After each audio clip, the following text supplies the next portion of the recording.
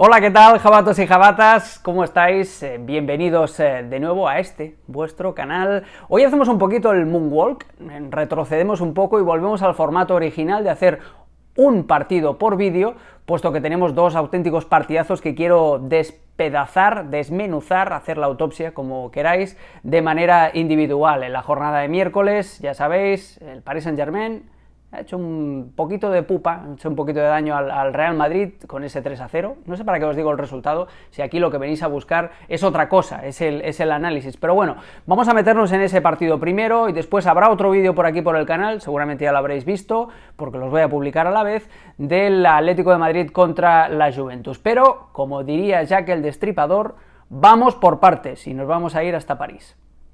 Bueno, ya estamos en París, mentalmente, eso sí, y vamos a intentar explicar el por qué el Paris Saint-Germain le pasó por encima realmente al Real Madrid en el Parque de los Príncipes. La explicación, creo yo, está en el centro del campo. El Real Madrid se presentó en el Parque de los Príncipes con dos centrocampistas y medio. Se presentó con Casemiro y con Kroos y con James, que es un media punta reconvertido a interior. El Real Madrid no puede fiarlo todo al talento del tridente ofensivo, si el tridente ofensivo, uno, no está en forma, como es Hazard, y dos, es tan poco fiable como Gareth Bale, que aparece y desaparece, aunque eso sí, el galés fue de lo más incisivo del Real Madrid, si se puede calificar así de alguna manera a alguien en el conjunto blanco, sobre todo en la primera parte. El fútbol se gana en las áreas, pero se cocina en el centro de la cancha, y ahí el Real Madrid, como las últimas jornadas también en el campeonato de Liga, tiene un agujero considerable. Lo vamos a ver ahora con la pizarra. Y vamos a explicar ese agujero en la sala de máquinas, en la cocina del partido. A priori, los dos equipos tienen el mismo planteamiento, un 4-3-3 con un pivote y dos interiores y dos extremos bien abiertos. En este caso, el Paris Saint-Germain, que es el equipo amarillo, Di María y Sarabia, y en el caso del Real Madrid, pues los centrocampistas, que es a lo que nos va el tema, Casemiro, Kroos y James. Estamos hablando de dos centrocampistas y medio, porque James es un mediapunta y que cuando lo metes a jugar como interior sufre, pero es que además sufre más si le cambias el perfil. James es zurdo y estaba jugando por la derecha. Su compañero de costado, iba a decir aliado, pero no, su compañero, porque de aliado tuvo bien poco, es Gareth Bale, que tampoco tiene retroceso, que le cuesta mucho perseguir a su lateral y que está más preocupado en intentar explotar los espacios al contragolpe. Bueno, pues tenemos a dos jugadores con poca capacidad defensiva contra un lateral largo como es Joan Bernat, contra un interior muy pero que muy dinámico como es Verratti, y contra un extremo trabajador, habilidoso y motivadísimo como era Ángel Di María. Bueno, por ahí se le coló, aquí tuvo una hemorragia en ese agujero, es por donde le hizo muchísimo daño el Paris Saint-Germain al Real Madrid. Carvajal estaba desbordadísimo con ese triángulo. ¿Quién marca los dos primeros goles? ¿Quién es el jugador más destacado del partido? Di María. ¿Es casualidad que Di María estuviera jugando a pierna natural en la banda izquierda? No lo creo. No lo creo. El Madrid tiene un problema muy pero que muy gordo en el centro del campo, pero es que además tampoco tenía más, porque todos conocemos ya las cantidad de bajas que tenía el conjunto de Zinedine Zidane. Eso por un lado, el lado de Bale, pero por el otro, Kroos tampoco es Superman a la hora de recuperar pelotas. Sí que es cierto que tiene una disciplina defensiva un poquito más trabajada que la de James, y Hazard, primero, que también le cuesta bastante retroceder porque no es su tarea, y segundo, acaba de salir de una lesión y está recuperando la forma física. Bueno, pues el resultado lo vemos aquí, cuando se juntaban Sarabia, Di María, Verratti, Gueye y los laterales que subían con Marquinhos siempre de apoyo, pues había una superioridad en el centro del campo espectacular. No solamente cuando el Paris Saint-Germain tenía la pelota, sino cuando la perdía, porque la podía recuperar muy rápido. Y ahí es donde yo creo que el Madrid empezó a naufragar. Después, todo lo que sucede a continuación, la buena actuación de Di María, etcétera, etcétera, es una consecuencia directa de esta pobreza del Real Madrid en el centro de la cancha. Bueno, ¿y el Paris Saint-Germain qué? Me estaréis preguntando, porque dices, sí, está señalando lo malo del Real Madrid y es muy evidente. ¿Qué hizo bien el conjunto de Thomas Tuchel? Bueno, yo creo que lo acierta en cuanto a la formación táctica, ese 4-3-3, pero con dos bandas muy trabajadoras y que cerraban mucho, en cuanto a la motivación, en cuanto a ser un equipo compacto, tuvo muchísimas virtudes el conjunto de Thomas Tuchel, que realmente parece que este año sí va a estar para competir en Europa, pero bueno, lo mismo decíamos el año pasado cuando se enfrentaron al Liverpool y después pasó lo que pasó ante el Manchester United. Pero bueno, vamos a echarle un vistacito también a algunas cosas positivas que nos dejó el conjunto del PSG sin Cavani, insisto, sin Neymar y sin Mbappé. Un equipo sólido, el Paris Saint-Germain, y solidario, y lo vamos a explicar. Solidario sobre todo por el trabajo de los hombres de banda.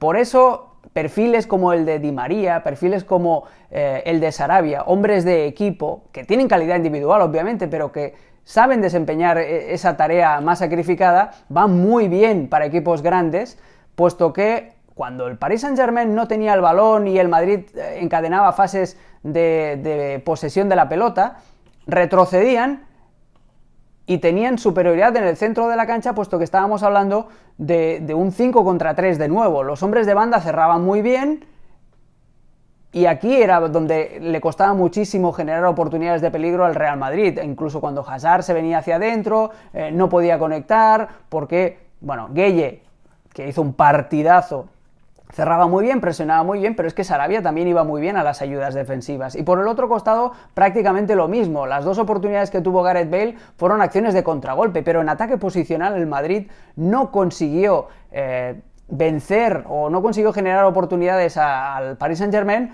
porque el PSG, como decimos, fue un equipo sólido, solidario. He tocado de refilón a Gueye, que para mí es otro de los descubrimientos, entre comillas, tiene 29 años y venía de la Premier, del partido de hoy. ¿Por qué?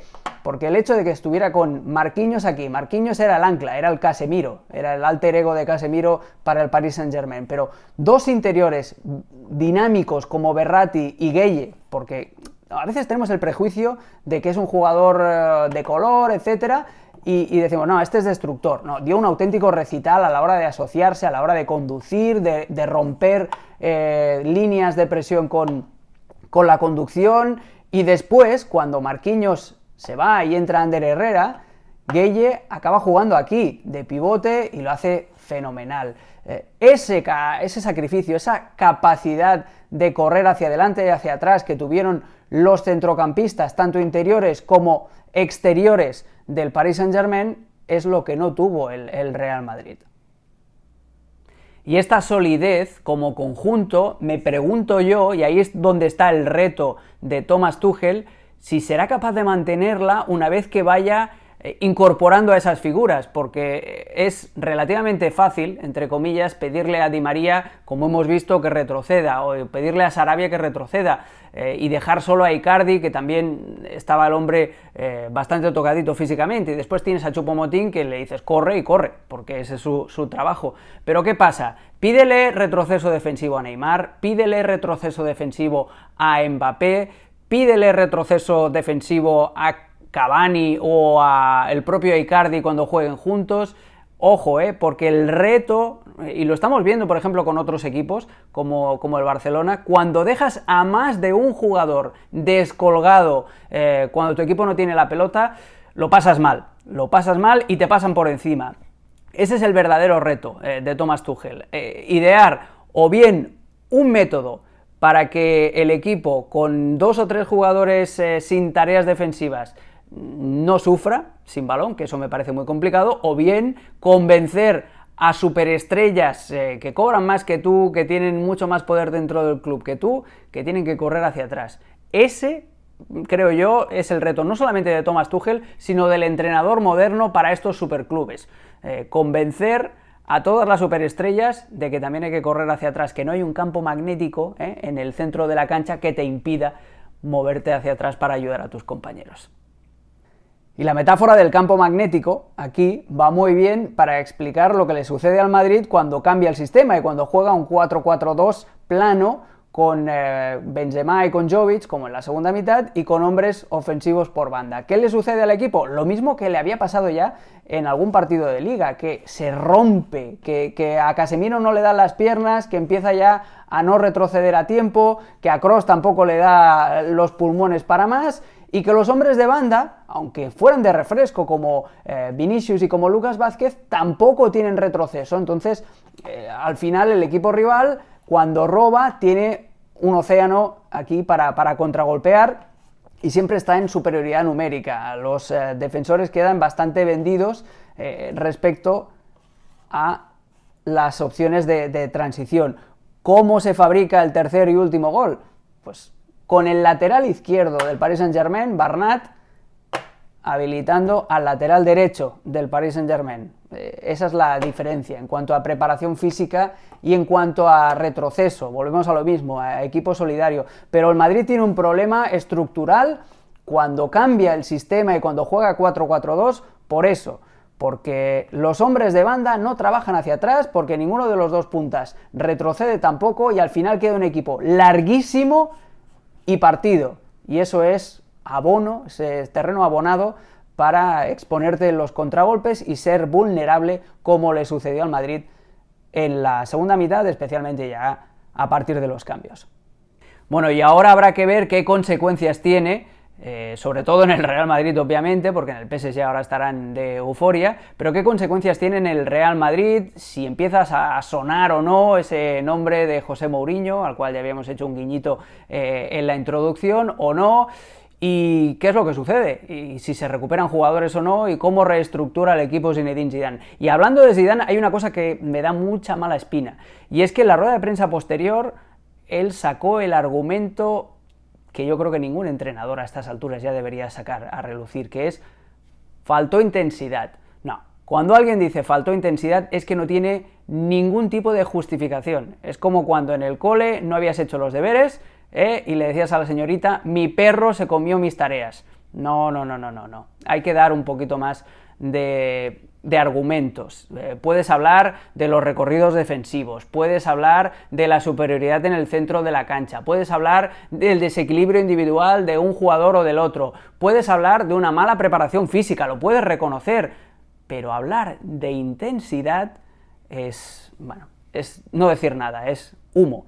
Y eso es lo que más me preocupa de cara al futuro del Real Madrid. Pero bueno, ya lo veremos qué es lo que sucede. Ahora todavía tiene 15 días para reponerse de este batacazo en la Liga de Campeones. En la Liga este fin de semana ya vuelve a haber follón. Mientras tanto, en el Paris Saint-Germain volverán a los entrenamientos de fin de semana, que es la Ligue 1, y a prepararse para el segundo encuentro con una moral por las nubes. Por cierto, Keylor Navas ni tocó la pelota. Eso es también preocupante para el Real Madrid y su capacidad de disparo.